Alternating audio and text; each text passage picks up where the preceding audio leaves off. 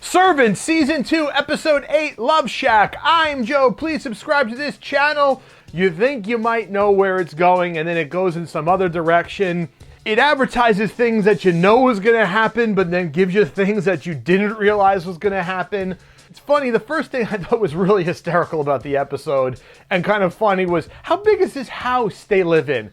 Because it starts off with Julian waking up, sleeping in a chair. He starts doing his research because he's going to start getting to the bottom of things. And Leanne calls him. He ignores the phone call. They cut back to Leanne saying, he must have slipped out last night. He's in the house the rest of the episode. And if the house is so big, you don't know he's up there? Or was it just because it's, it only took place over a short course of time? It makes me wonder if there's some kind of difference in time happening between the episode, maybe. There's been some speculation in that in my some of my comments. Maybe, who knows? Maybe there is some difference in time. Maybe this happened at a different time. I don't know.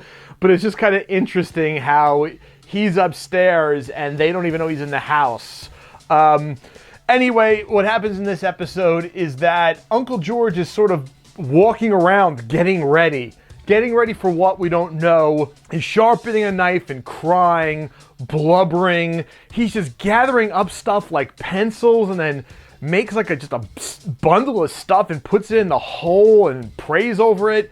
He's getting the grill ready. He bangs his head against the wall and Loveshack plays. He puts some meat in a sink and stabs at it. This is all he does throughout the episode up until the very end, which we'll go through what happens with the other people and everything joins together. As that's happening, Roscoe shows up. He shows up and sort of makes it that Sean has to tell Leanne about Roscoe and why they hired him and what happened. And then he does the first really weird thing, which was that when Dorothy says she's thirsty, he says, I'll get you a drink. This is all my fault. And then as that goes along, they're outside in the snow cold. He says, I'll get you a blanket. And at that point, you know something's up. You know immediately. They got to him. This cult got to him. And it turns out that Roscoe was brought there to try to keep them outside so Uncle George can do all the things Uncle George was doing. When Dorothy confronts Uncle George, he says, it's happening at the stroke of midnight. I must prepare alone. Whatever. So she thinks she's getting her son back. Roscoe is somehow changed by his encounter by this cult, the cult of lesser saints. The other story that's happening is Julian and Leanne. And Julian decides he's going to get to the bottom of things. He finds out about the fire, and they have a conversation, and then you learn about how she accidentally killed her family, or accidentally, I would say, killed her family. We see that clip again from the Honey Boo Boo pageant, and we see an earlier clip in that where in the background you see Leanne's mother kind of abusing her during the pageant.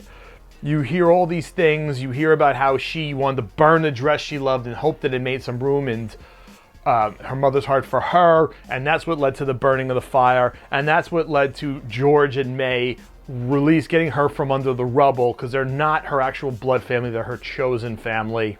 Julian tells his side of the story. It's very interesting how it kind of parallels with what's happening, with parallels with that Leanne's talking about music and it's a temptation, and then later when they kiss, I'm not allowed to do anything that makes me feel good. We've already learned that Sean ran away because he was seeking fame and fortune. He also was more concerned with his cappuccino machine than he was the baby. Julian had a phone conversation before the unfortunate events, and he plays it, and it's Dorothy saying, it's Juju, it's Dottie. Could you please come over here? She's crying. The Jericho won't stop crying even for a couple hours. I need your help.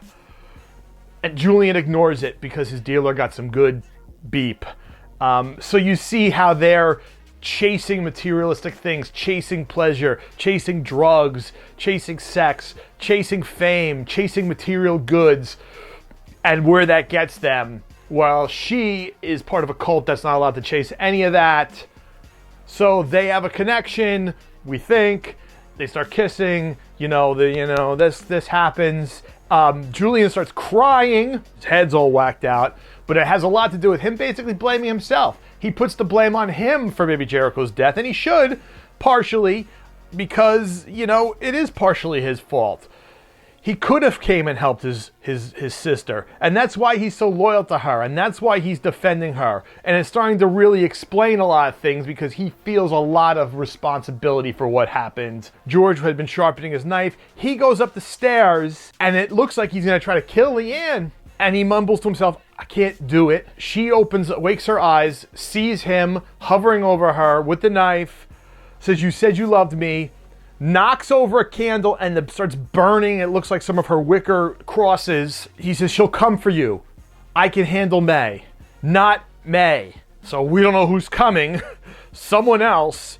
And then Uncle George runs outside in a panic after spending the whole episode acting like a fool, like a whimpering weirdo, runs outside in a panic and gets hit by a car and goes spinning out. Oh, and before that, the fire that was smoldering stopped when Leanne walked by it, like she controlled it. Sinister. Also, another thing earlier in the episode was that Roscoe said they're not like us, they're special, you could trust them.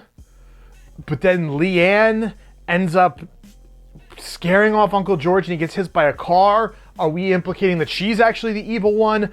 I don't know. I don't know what's going to happen in the 9th episode or the 10th episode. That container he had looked like some oils and stuff. We don't know. He looked like a Julian took a lighter from it. We don't know what was in that container. We don't know what that means. Was he going to kill Leanne as a sacrifice to bring back Jericho? Was Leanne only the first one he was going to kill and then he was going to do something to everybody else? Was he literally going to just kill Leanne and then somehow the baby was going to come back? We don't know. We have 2 more episodes to go. This episode was really good. I don't even know where anything's going. I don't know what they're going to do. I don't know how you're going to handle now that Uncle George has been hit by a car. Where does that leave him? Is he alive? Is he dead? What's going to happen now that Julian and Leanne did it? That's an interesting dynamic, especially with his loyalty to Dorothy. We still have the Officer Reyes in the mix. We haven't seen Mae Markham yet. There's a lot going on. There's 2 more episodes. What's with Roscoe? Last we saw Roscoe, he ran off like a coward, and now he's doing favors for them. Lot left in 2 episodes. I wonder if there'll be a little longer. I remember last year, I think the 9th episode was a little longer. I wonder if they follow the same pattern. And what's up with Leanne? Is she evil? She seems to be rejecting God, not happy about what God's done. I'm at a loss for where this show's going, for what's going to happen in the last 2 episodes. What the hell was Uncle George doing? What was he gathering? What was he making? None of it made any sense. Why is he banging his head against the wall? And I look forward to the 9th episode and the 10th episode. I don't know where this is going, but I can't wait to find out. I hope you enjoyed this video. Please subscribe to our channel. Until next time, I'm Joe.